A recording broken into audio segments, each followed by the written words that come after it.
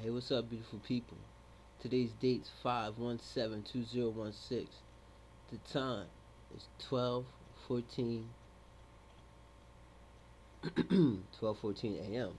Check that out. Late night burning the midnight oil.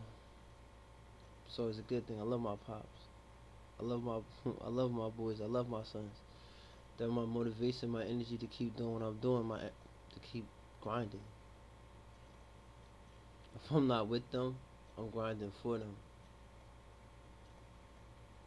Father tape. Earlier today, I took the time to reach out to a friend of mine that does music. He has a song that I would like to use, and I'm working on. I'm trying to figure out how to get his permission to use that song. But I ain't finna wait around all damn day waiting for him to get back to me about that song. I reached out to another. I reached out to, well, I should say, while waiting for the first guy to get back to me. I'm still waiting for that. I went ahead and I reached out to another individual that I know does music. I inboxed him one time. I inboxed him one time. Man, what I said? Oh yeah, I inboxed him one time. Let him know it's like, yo, my bad. I ain't never got your number, but here's mine. Text or call me, cause I need your help. I need your knowledge for a project I'm working on. Within an hour, it might have been half an hour. Dude called me. Hey, what's up? I ran down. I ran down the hustle to him. I did. I had to. I asked him if he had any songs as far as going with like parents to their kids, fathers to the kids, fathers to their sons, things of that nature. He said, nah, he didn't have really any like family type music. There is a song that he's working on, but he won't have that done maybe till next month. And I'm like, hey, you know what? Fantastically cool, because it's looking like I won't be able to have my organization registered till next month. So it works. Hustle. How you survive through life every day. Me personally, I survive with people. I reached out to that person. He said, I got you. It's the coolest thing in the world. It is. Anyway, I'm doing my best not to get off topic because that actually is like blah. Um,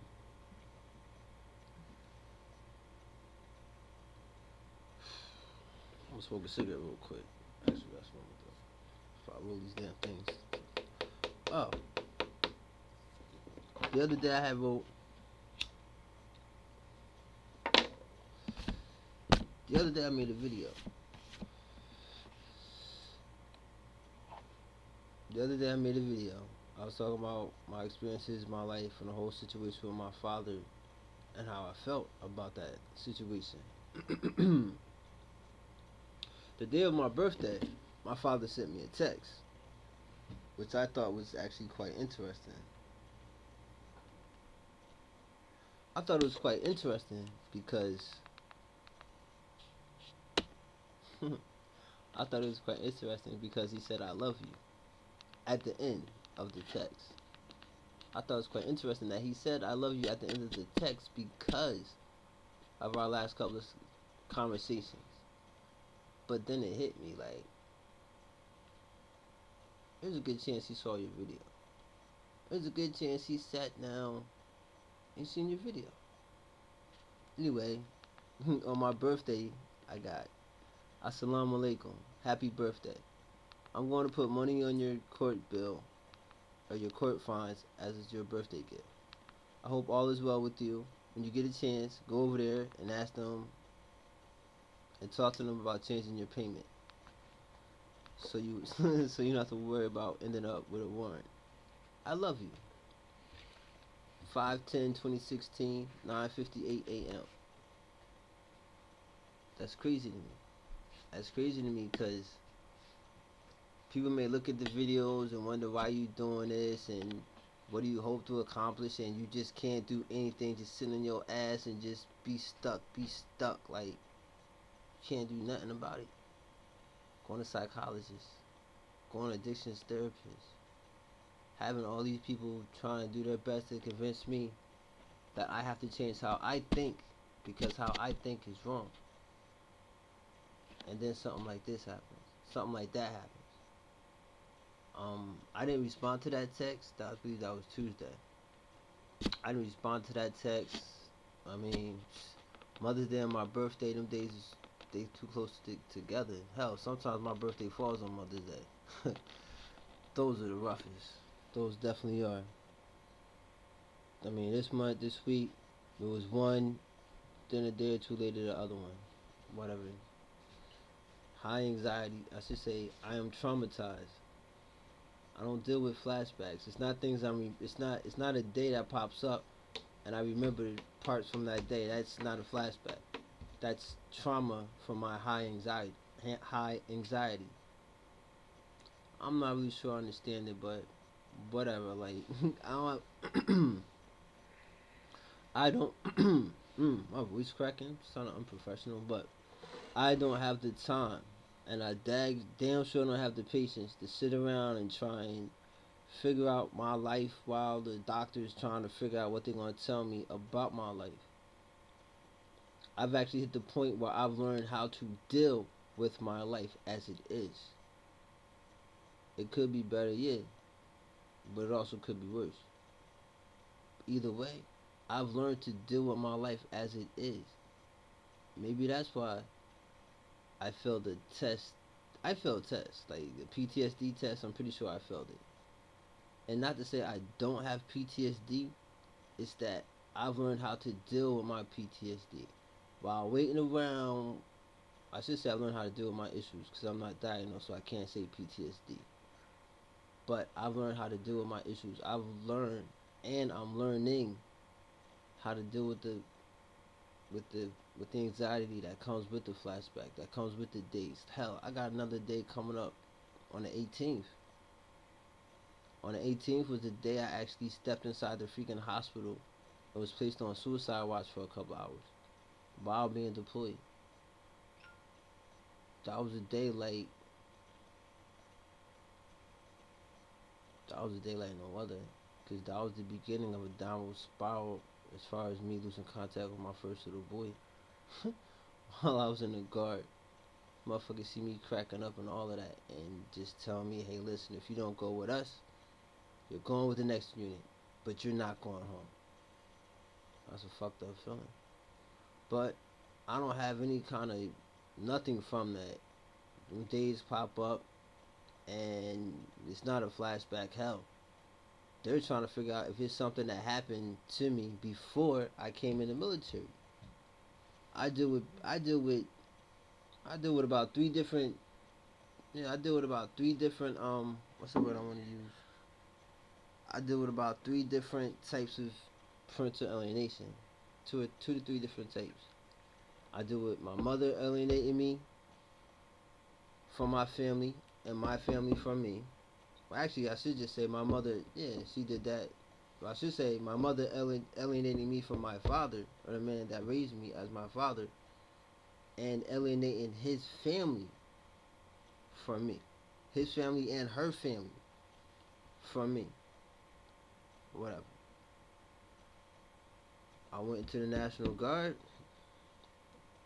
I dealt with a different type of alienation, a different type of bullying. I was bullied at work relentlessly. Like, they did not like no part of what I was doing by the military standard at all. Like, oh hell no, you too soldier to be a soldier. We love John Wayne. Whatever. I lost my firstborn. I lost contact with my firstborn. And now I'm going through it again. And all people can seem to tell me is, well, you know, when he turns 18, oh, he knows you as his father now? Okay, well, when he turns 18, he can come find you. Can he find you if he needs to find you? Is there a way for him to contact you? Like, are you serious? You mean to tell me it makes perfect sense to you? This makes perfect sense to people. I don't get it, but it does. It makes perfect sense to people that I need to wait until he's 18 before I can tell him I love him. Like, wait a minute. I believe there's something called the First Amendment. I don't necessarily have to wait until he turns 18 to tell him I love him. I don't have to wait for him to be 18 so he can know I miss him. I don't have to wait for none of that. I don't have to wait to hear him say, Dad, if you love me so much, why didn't I know? Dad, you always told me you would challenge the world for me because you love me that much. You ain't do shit but sit on your ass and listen to what fuck everybody else said. And I've done that before. I did that. I did that my firstborn. I didn't challenge the world, and I should have. And that's why, and that's another reason why this is a bit of my redemption. Like, I'm about that life. That's my little man. That's my pop. For 5 years, I've been his father. Psychologically, I've been his father. To him, he's been my son. When he was going to daycare, he was going on Union Boulevard to daycare. There was an incident that happened, and what was it? He went to, yeah, we was living on, yeah, we live on Turner Street. Anyway, he stepped out, little man, Papa stepped out with his mom, and they went with her friend to Walmart, or whatever. It's one of the things where Papa's mom ain't had no bread. I didn't have enough time to throw some bread in his pocket. Shit, I didn't know I had to. But we got out there and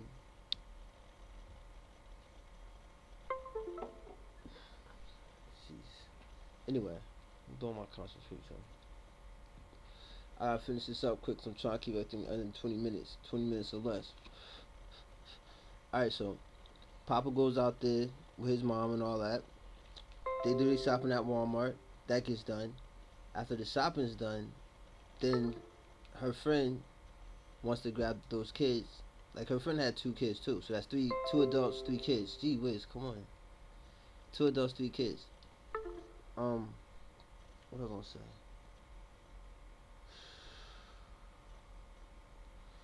2 adults, 3 kids. The 2 kids. The one young woman had her 2 kids, got them something to eat. Like, and my little man, my papa couldn't even get $1. The friend was like, "Oh no, well, I gotta buy. I don't have enough. I don't have enough for this. I'm buying a shirt with that. Blah blah blah." But like, she had enough to give for $1 to give my pop.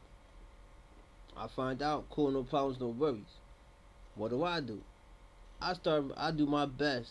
I should say, I start taking money out of my pocket to make sure he got $5 every day. Everywhere he go, he got $5 in his pocket. Period. That way he'll never have to worry about people eating in front of him because he has his own money in his pocket every day. It's not really that big of a deal. Like, I'm his father. Like, that's what I'm supposed to do. That's what I'm expected to do as his father. For whatever reason, people don't see that as being emotional.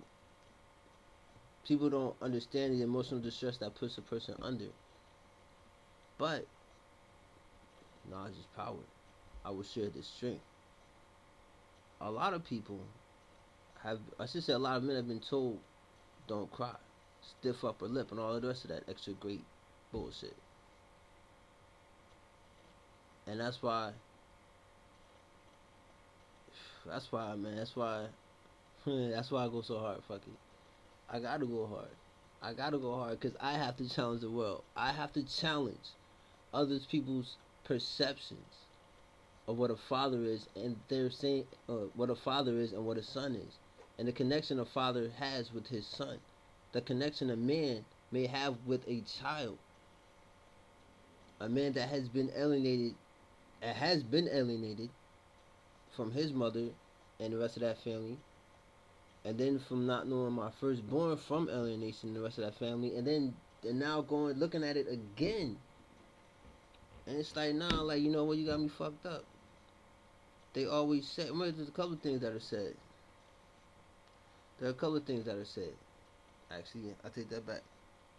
I'm about to finish with this. There's a couple things that are said. One of the things that are said is the Almighty, the Almighty, the man upstairs, which whatever, whichever name you call him. I just say the Almighty just to keep it in a small box. Anywho, I mean, realistically, they're all names for God anyway. Really, Muslims call him Allah. Jehovah's Witnesses call him Jehovah. Other religions call him. Oh, I'm not gonna mess up. I'm gonna mess up those names, but long story extremely short. Um,